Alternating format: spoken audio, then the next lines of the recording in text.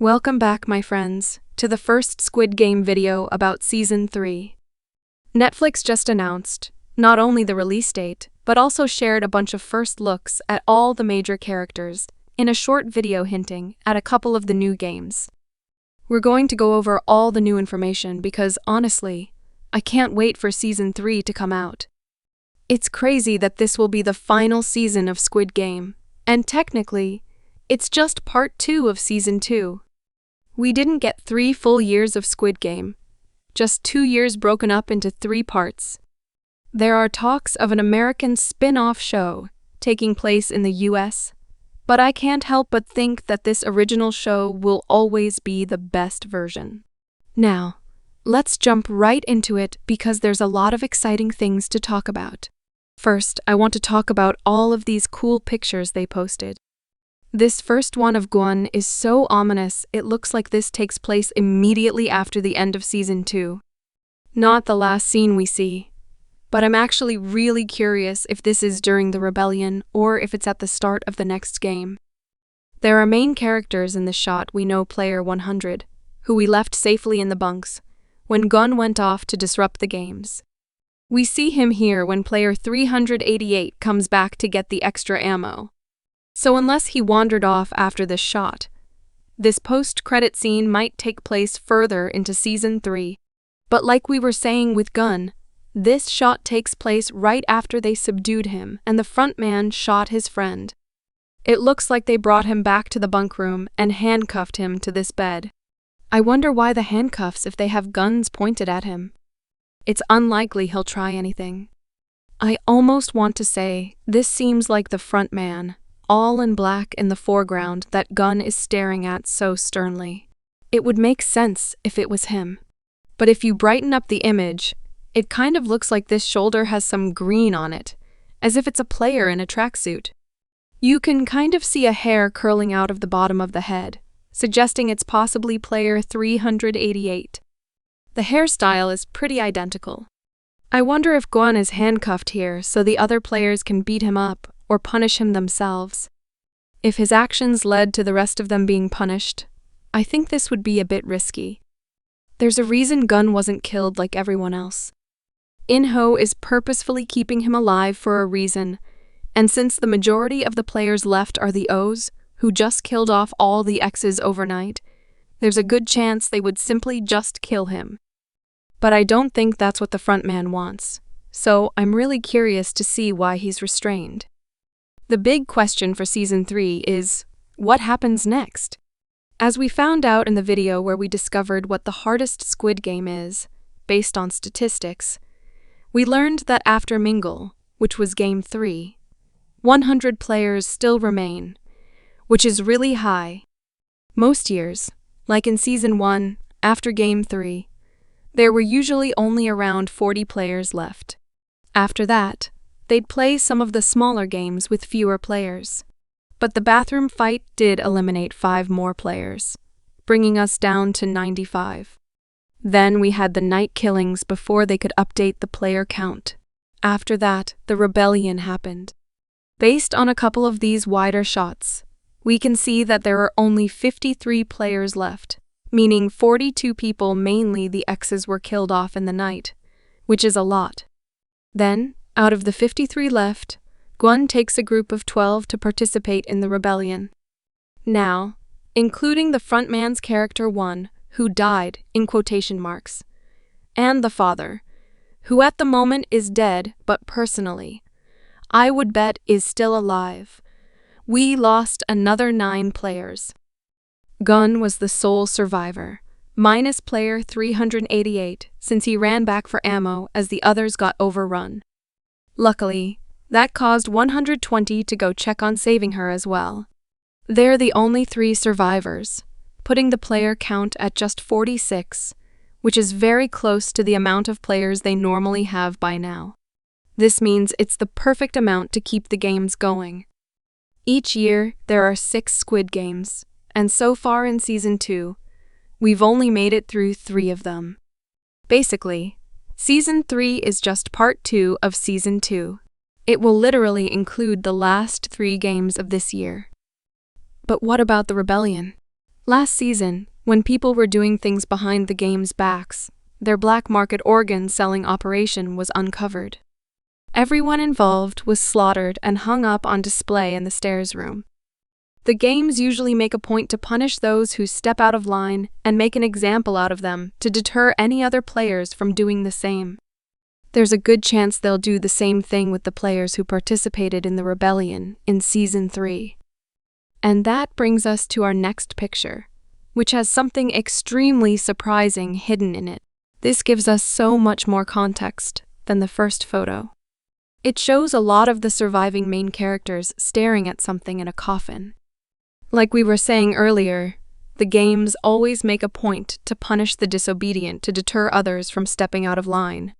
What goes in coffins? Bodies. There's a good chance this is one of the players who died in the rebellion. Originally, I thought it was possible that this was player 388 they were looking at when the guards came back in. They knew he was part of the rebellion, so they executed him and put him in the coffin. But luckily, it seems player 388 is alive and well in this photo. If you zoom in, you can see a player in the background that looks exactly like him. It looks like that's the number on his jacket, and even more importantly, this bloodstain on his left shoulder is the same one we saw on 388. So, there's a good chance this is someone else in the box. Unless they knocked out Gi-Hun and delivered him unconsciously to the players, which I don't think they would do for a number of reasons. One, we already saw that he was simply handcuffed to the bunk. And two, there's no reason to make an example out of dead players just to scare the others. If anything, it would give them hope that they could survive the game's punishment. Instead, I think this is an actual dead player. And I'm worried it's Gi-Hun's friend.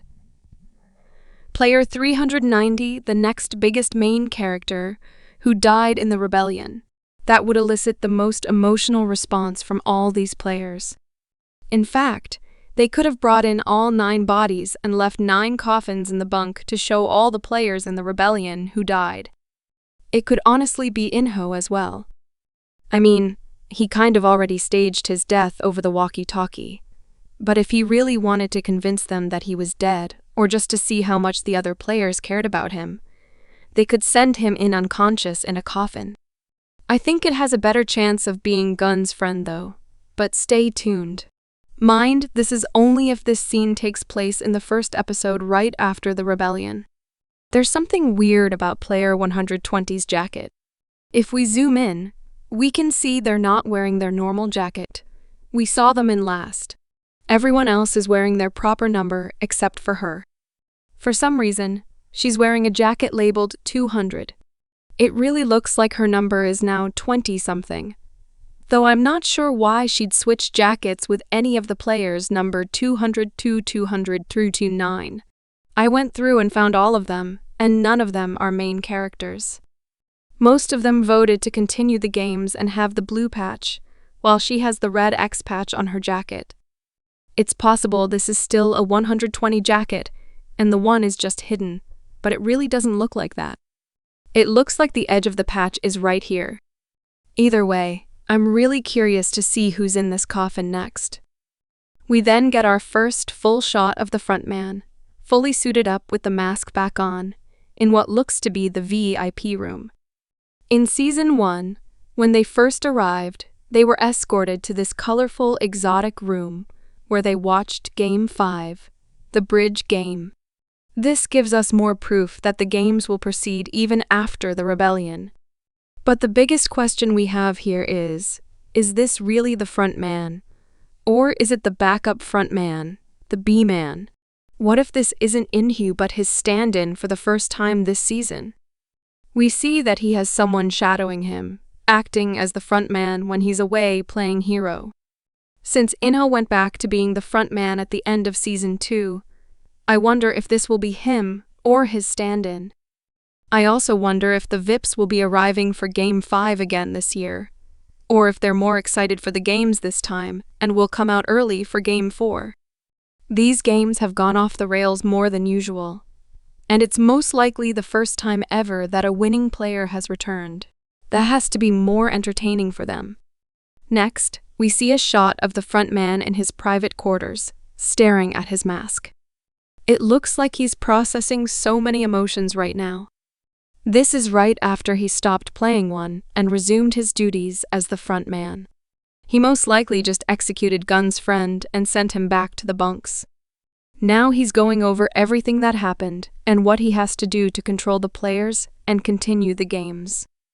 I can't help but think he's having some sort of moral dilemma, contemplating whether he's doing the right thing anymore. He just looks so broken here, like he's questioning himself. I'm sure that since he won the games back in 2015 and has since come to work for them, he has been brainwashed to think that he's in the right, cleaning up the streets and giving players an opportunity to hit the jackpot. But now, after playing in the games again and bonding with Gun and the other players, I wonder if he's starting to reconsider everything. Then we get an update on Player 11. It looks like, somehow, she's escaped the games and is now on the shore of the island, similar to where we see Gi-Hun escape briefly in Season 1. I can't help but wonder if she broke out alone or somehow managed to save the father and break out with him, hoping to make it back to his daughter safely.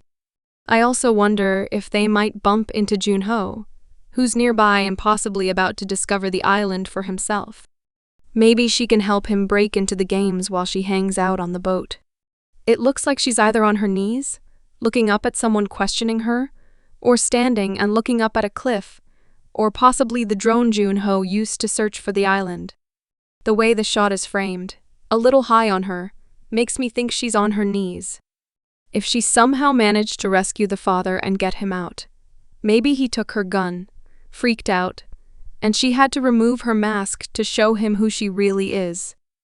This is him realizing it and trying to piece everything together.